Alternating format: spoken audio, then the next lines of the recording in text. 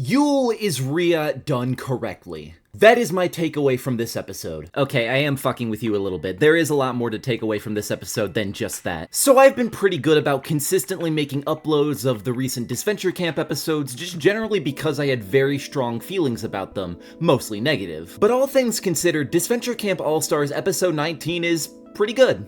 Now don't get me wrong, it's not perfect, and honestly I'd go so far as to say it doesn't even compare to the first 6 episodes, but it has a lot of things I like, a lot of things I don't, but generally I have a positive opinion on this one. Let's start off with the best thing about this episode, the fact that Rhea, Jake, and Allie are barely in it. In my personal opinion, I think the final 3 of Disventure Camp All-Stars is the second most unlikable final 3 in any of these shows.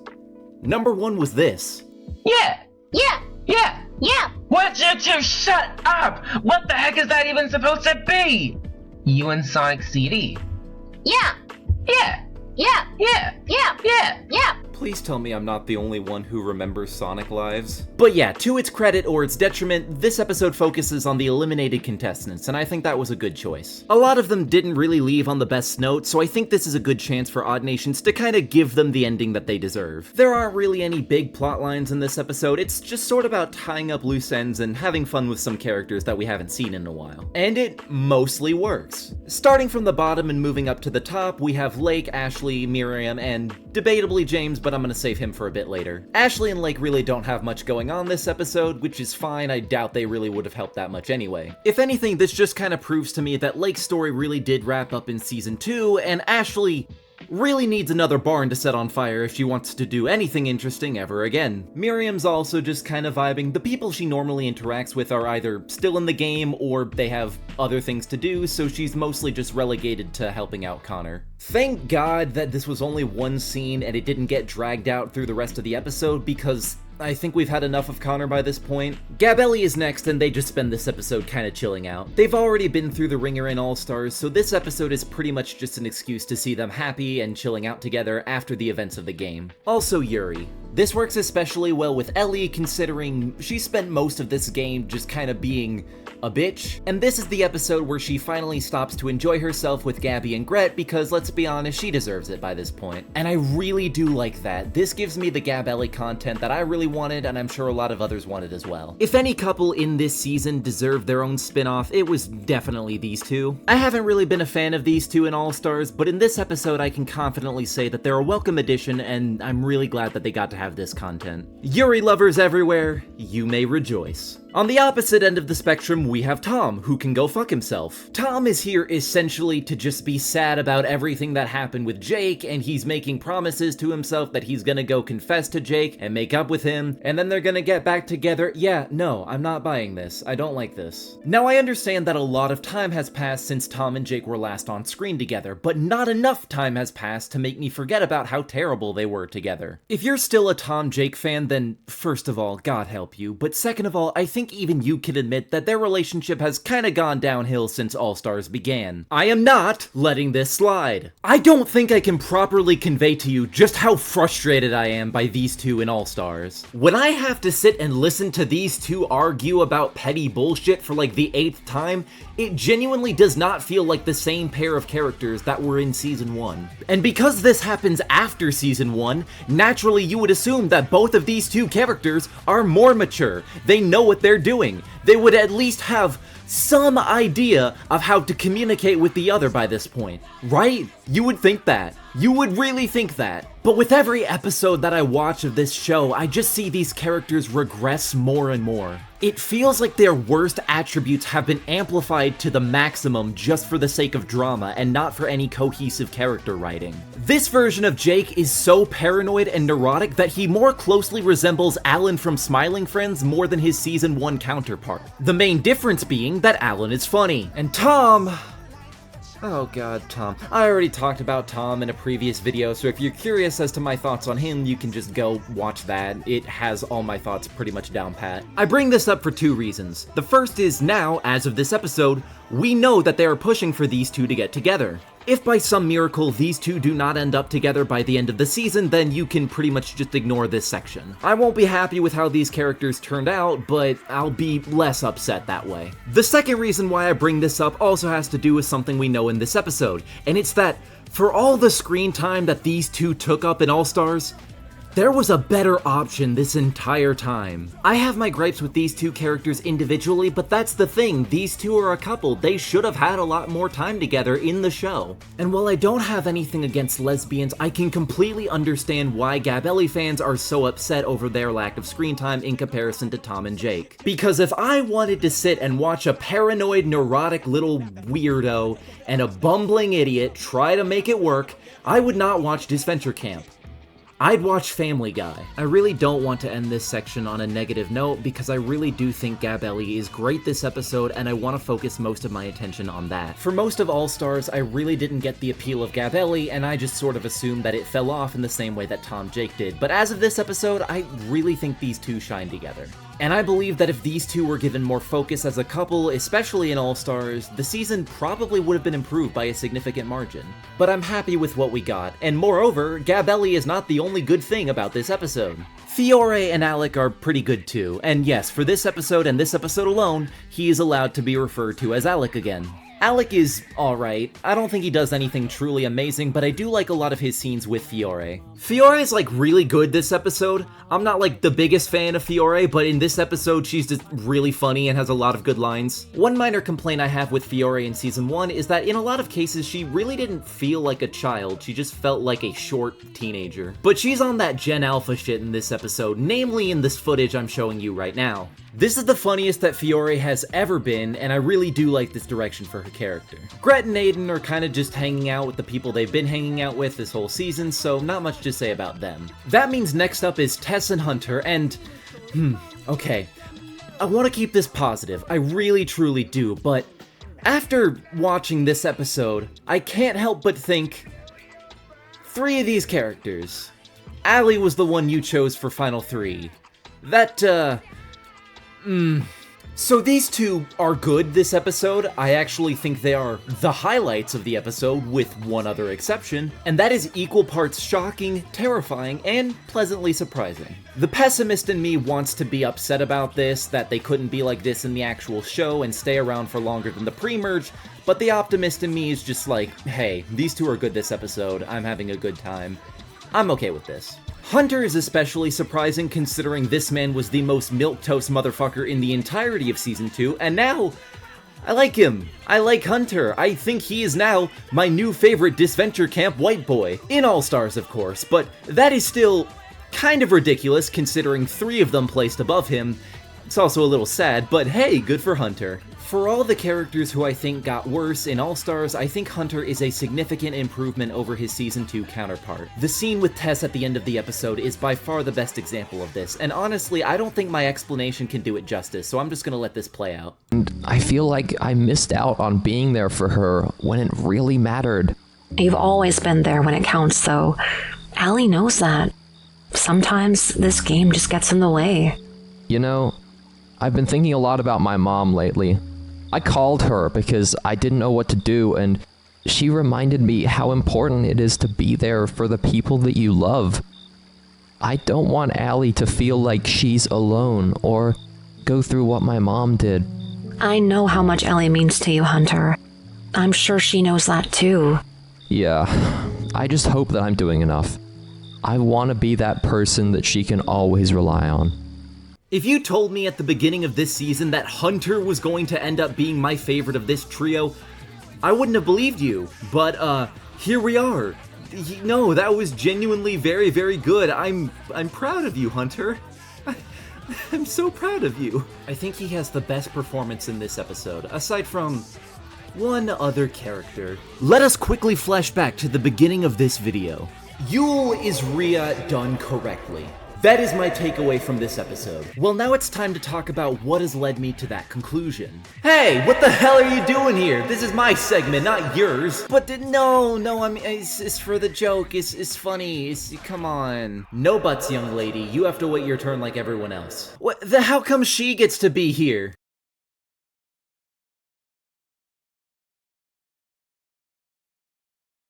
Ignore her, and don't do anything to draw her attention. Okay, ma'am, I'll just talk about Yule instead. Yule is the best character this episode. Just like always, he has a bunch of out-of-pocket comments that make the episode a lot better. He's rude, he's mean, he's a bigot, it's the standard Yule affair, except it's not actually the standard Yule affair because there's more to him in this episode. At first, it's just more of the same. Yule is being a bitch about something, he's getting angry, he's yelling at people, and he turns his attention towards Gret again, aiming to be sexist, misogynistic, and all these other things that are bad, because he's evil. This leads to a confrontation where Yule is very much being himself and he gets some much needed comeuppance. Well, actually, I don't know how to feel about this one.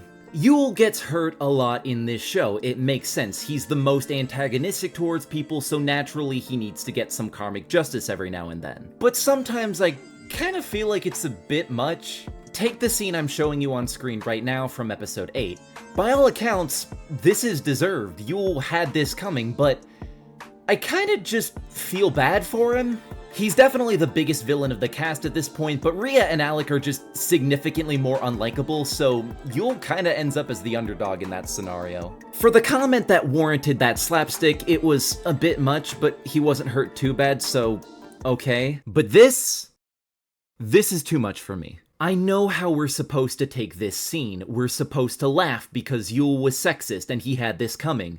But did he though? I would be okay with this if he tripped and fell into the pool, or if he fell into his own plate and he got burger all over his face. Something embarrassing should have happened to him. He didn't need his face to get burned by a fucking grill. To give you another example of this, something similar happened in the finale of Disventure Camp Season 1. Fiore's car fucking explodes, and she is visibly burnt and skittering towards a tree. She then proceeds to hit the tree, and the cart lights on fire. Now, if I were present for this scene, I would say something like, "Oh my god, that small child just had a head-on collision with a tree. We need to see if she's okay." Do you want to know how the other contestants react? Hello? Is someone going to help me? Help yourself. You're good at that, aren't you? How do you like them apples? Girl finally got what she deserves, y'all. You heard that right. Apparently, according to Ashley, the price Fiore needed to pay for her tenure on Disventure Camp Season 1 was head trauma. But Yule definitely suffers from this issue the most. In Season 2, yeah, definitely warranted. He tried to poison Aiden so it got turned around on him. That's fair, but this is something else entirely. This scene doesn't come off as a cartoon character getting hurt. It comes off like a real guy who is suffering from a painful burn. And if Yule was a one-dimensional villain character, like he was presented to be up until this point, I wouldn't mind this. However... Here, I told you. Being the asshole doesn't pay off. It's worked for me before. Besides, what do you even care? You have to apologize to Gret. Are you high on opium? She burned my face! Maybe if you were nicer, someone here might like you. James, I don't give a shit who likes me. So, you enjoy sitting here alone. And then this? Everything was riding on this. My dance career, my reputation, and it all went down the drain when Gret voted me out. I have nothing left. Maybe James is right about apologizing. I mean, what do I even have to lose at this point? And then this. This is stupid. This is stupid. This is... Ah! No way. So, what is it? Came to apologize. Apologize? Fat chance gastric bypass. I found it. I got a golden ticket. I got a golden twinkle in my eye.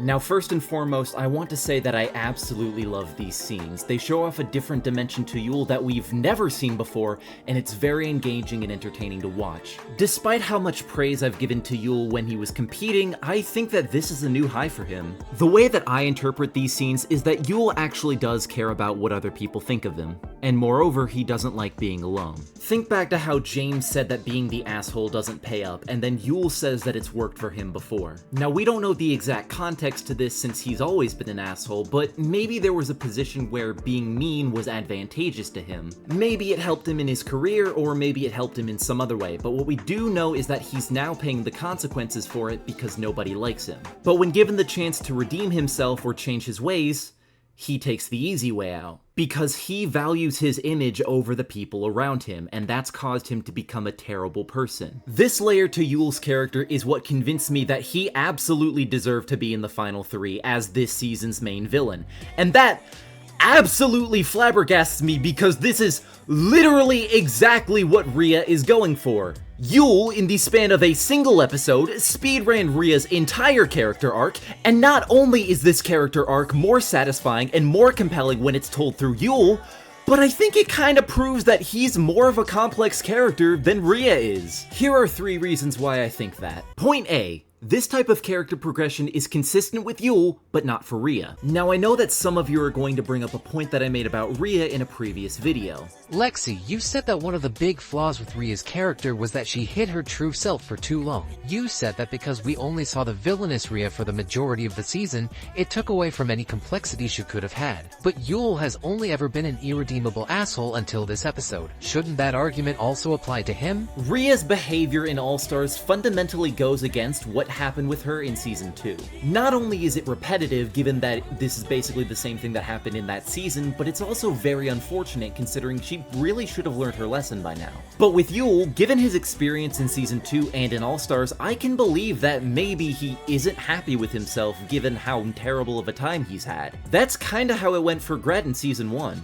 Yule being unhappy with people not liking him is believable. Rhea becoming evil again despite the fact that this was literally the one lesson she learned in that season, kinda believable, but narratively very unsatisfying. At least in the way that it was portrayed in the series. One thing that could have potentially helped with this is covered in our next point. Point B. Yule is more compelling in this arc because he suffered enough to earn it. Now this point would be moot if we weren't supposed to root for either of these characters in any way, but I firmly believe that we are. My current interpretation of what's going on with Rhea is that I think we as an audience are supposed to want Rhea to be better. I don't think we're purely meant to hate her because otherwise what's the point of those puppy dog eyes? The problem is, she does not have a single sympathetic quality. Now don't get me wrong, I don't think we're expected to be fully in her corner either. But unless the intention was to make the audience completely despise her, she needed something to make the audience go, whoa, okay Rhea, that was harsh, but given what you've been through so far, I can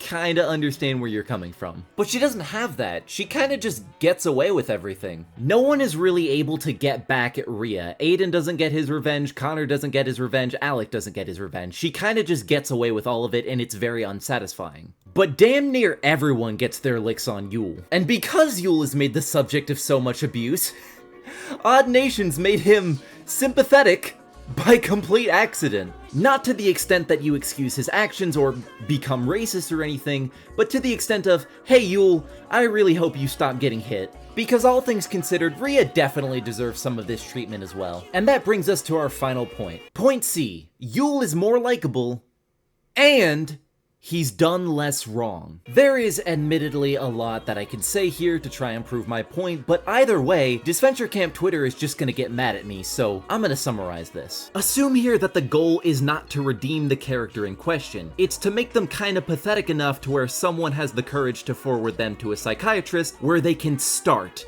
on redeeming themselves. The endgame for these characters is not for them to finish the race, it's to get them into a position where they can start running it. And in my personal opinion, Yule works better for that than Rhea. Now I asked my audience who between Rhea and Yule was more evil, and honestly this was kind of an open-ended question and I probably should have specified it a little more. If we're judging this by who has done worse things, then that's Rhea, but if we're going by who's more malicious, then that's Yule. Now from what I've personally witnessed, the people who really don't like Yule don't dislike him because, let's say, he tried to poison Aiden, or even because he's been abusive to Gret. It's because he's a bigot. And I get it, bigotry is obviously a very huge problem in real life, and even though Yule is a fictional character, I can understand that people are still upset by him. If Yule was a real person, it would be on site. But if Rhea was a real person, she would be in prison. All things considered, she is incredibly lucky that James swooped in to save Aiden at the last moment, and also very lucky that Connor didn't land just a little bit more to the side. Otherwise, she would be guilty of this crime that we like to call manslaughter. And while you could say that Yule trying to poison Aiden with the mushroom could be another example of this, one manslaughter charge is less than 2 manslaughter charges. By the way, if anyone is going to comment saying, well, at least Rhea's not an abuser, you clearly have not been looking at the background footage I've been using. Now, I've been speaking a lot in Yule's favor, but I want to make it very clear, I am not trying to defend Yule's actions. I'm not trying to say that he's secretly a sympathetic sad boy who deserves to be forgiven for his crimes. What I am saying is that there is more to Yule than just a racist homophobe who says all the slurs. What I'm also saying is that given how they want to present and portray the main villain of their season, I think Yule would have been a much better fit than Rhea for the reasons I just stated. Yule is on the precipice of being a bad person who I want to see improve. He's not trying to be better, he's taken the easy way out many times, especially in this episode. But I feel like he's on the cusp of it, just a little longer. And maybe, just maybe, he might come to realize what he actually needs to do and what he actually wants. I guess to wrap things up, we can talk about the host plot. Yeah, I'm still not really sold on it. If anything, it kind of feels like this episode was sort of pushing Trevor and Emily away from each other so that Trevik would make more sense.